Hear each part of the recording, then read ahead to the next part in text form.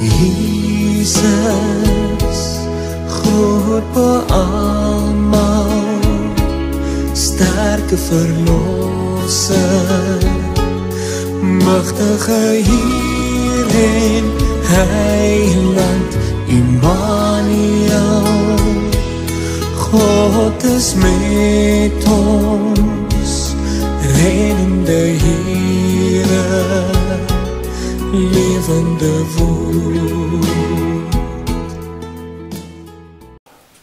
Goeiedag.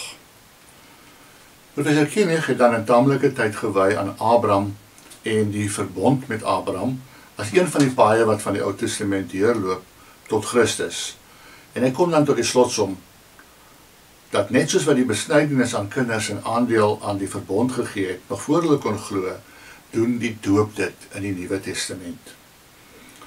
Prof. Koenig se argumente is soms moeilik om te bly volg, maar ons moet onthou dat hy besig is om te kyk hoe die Nuwe Testament en veral Paulus die oënskynlike verskille wat die evangelie teenoor die Ou Testament ingebring het, om dit te versoen en aan te toon dat Jesus nie 'n nuwe godsdienst verkondig het nie, maar dat dit 'n voortsetting van die Ou Testament is, dalk net in 'n nuwe gedaante. En onthou, Paulus was self maar lief vir baie ingewikkelde redenasies, so kom ons lê maar 'n bietjie geduld aan die dag. Prof. Koenig gee werklik waardevolle insigte op ons verstaan van geloofsake. Die volgende saak wat hy as een van die paaie wat deurloop na Jesus aan die orde stel, is die doel van die skepping. Hy begin om eers iets te sê oor heil of saligheid, wat natuurlik een van die sentrale temas in die Bybel is. Wat bedoel ons regtig as ons hierdie woorde gebruik? Dis interessant dat mense dikwels twee sake verwar: die saligheid en die weg tot saligheid.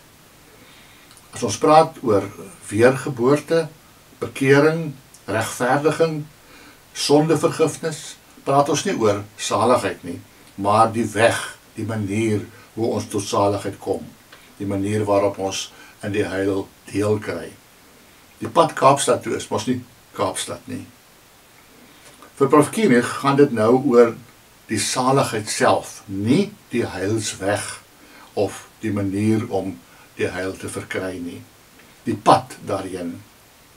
Heil is nogal baie naby aan heel.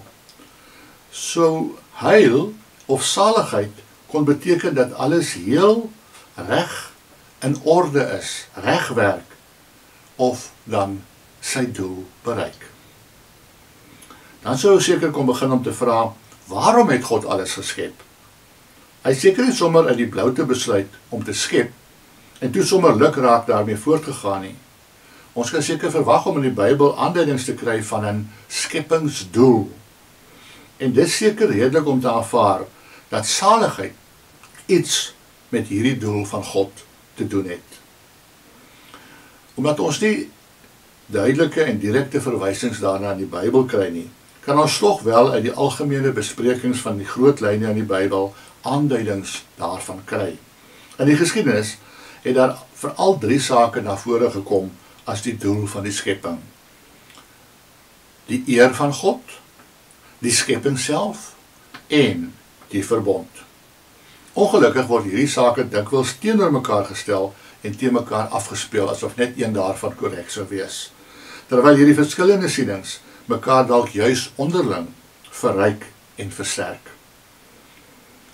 Ons moet onthou dat ons uitgangspunt is dat die doel van die skepping die saligheid of heil is.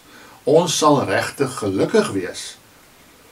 Ons sal heel wees, salig wees, as ons bereik wat God met die skepping bedoel het.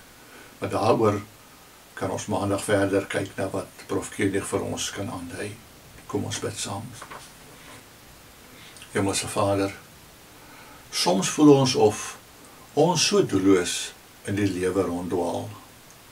U moes tog 'n doel gehad het met dit alles, met die skepping, met ons hier wees.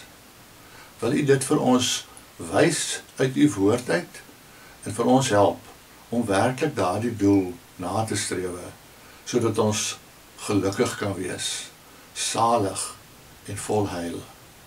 Amen.